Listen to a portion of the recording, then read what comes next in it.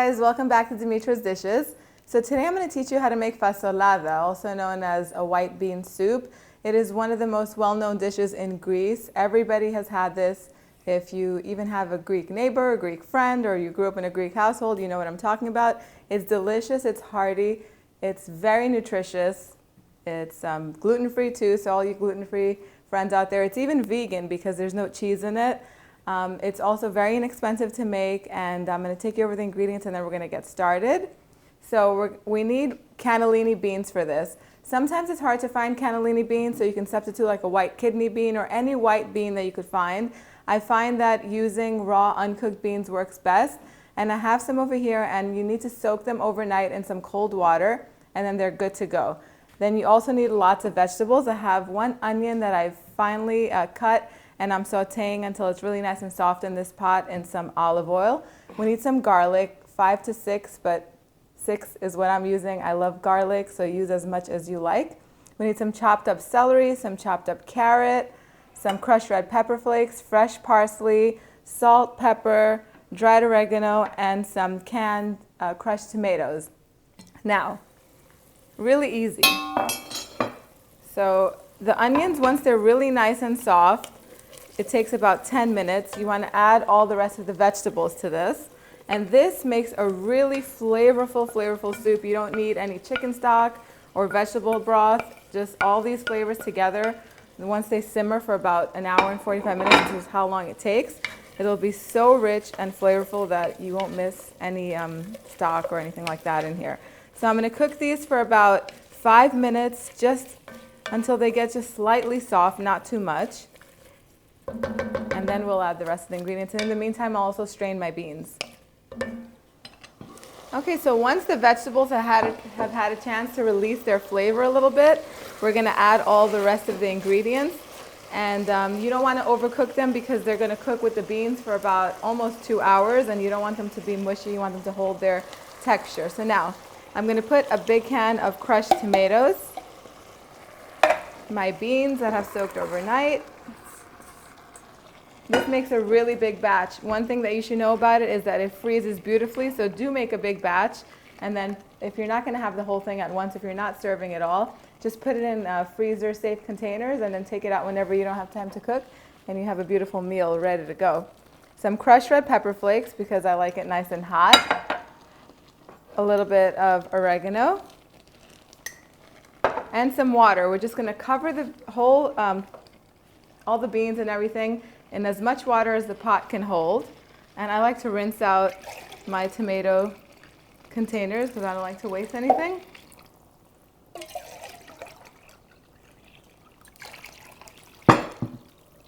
Now never add salt, otherwise the bean police will come and get you. They say that if you add salt to beans, then they become tough on the outside, so I don't dare do it. You can do it if you don't believe it, but we add salt in the end. I'm going to taste the seasoning and just add the salt in the end, and it works fine. Now what I'm going to do is, I'm pretty much done. Actually, I'll add a little bit of black pepper. I'm going to cover this and bring it to a boil, and then I'm going to reduce it to a simmer and let it cook for an hour and 45 minutes. And then at that point, I'm going to season it, and it'll be ready. We'll just add a little bit more water if the water begins to evaporate, and that's it. I'll see you when it's ready.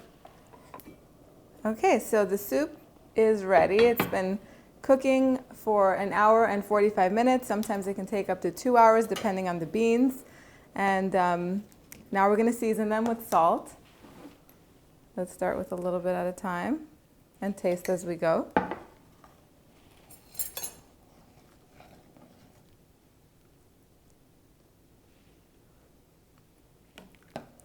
Use a tiny bit more.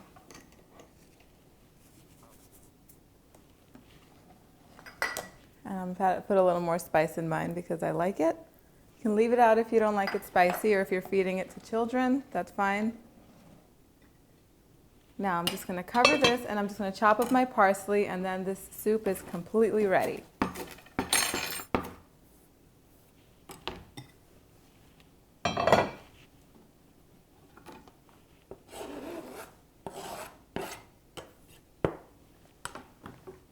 Give it a nice stir.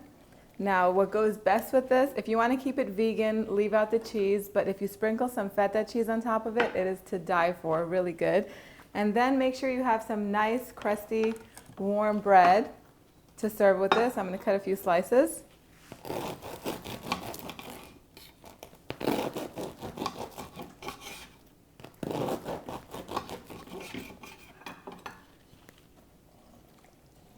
Now, the best thing about this soup is that it thickens as it sits, and it's one of those foods that just tastes better the next day. So if you're serving this for a party or if you're bringing it to a potluck, you can make it up to 2 days in advance, and it'll actually be more delicious than it is the first day. It gets thicker, the flavors distribute a little better, and it's just really, really good. And I think we should every now and then take a break from eating meat and have some hearty and healthy like this. You get your vegetables in, a lot of vitamins, and you just feel good, feel nice and light. I'm just going to sprinkle some feta cheese on top of mine. If you're vegan and you don't like cheese, just leave it out. Have it with a nice big slice of bread. Now I have lots of bread recipes on my website, so do check them out. As well as this recipe, I'm going to post it on www.dimitrasdishes.com. That's where I have all the exact measurements on there, so you don't have to worry about anything. Make sure you try this recipe. Where's my spoon? Here it is. Make sure you try this recipe. Let me give it a taste first.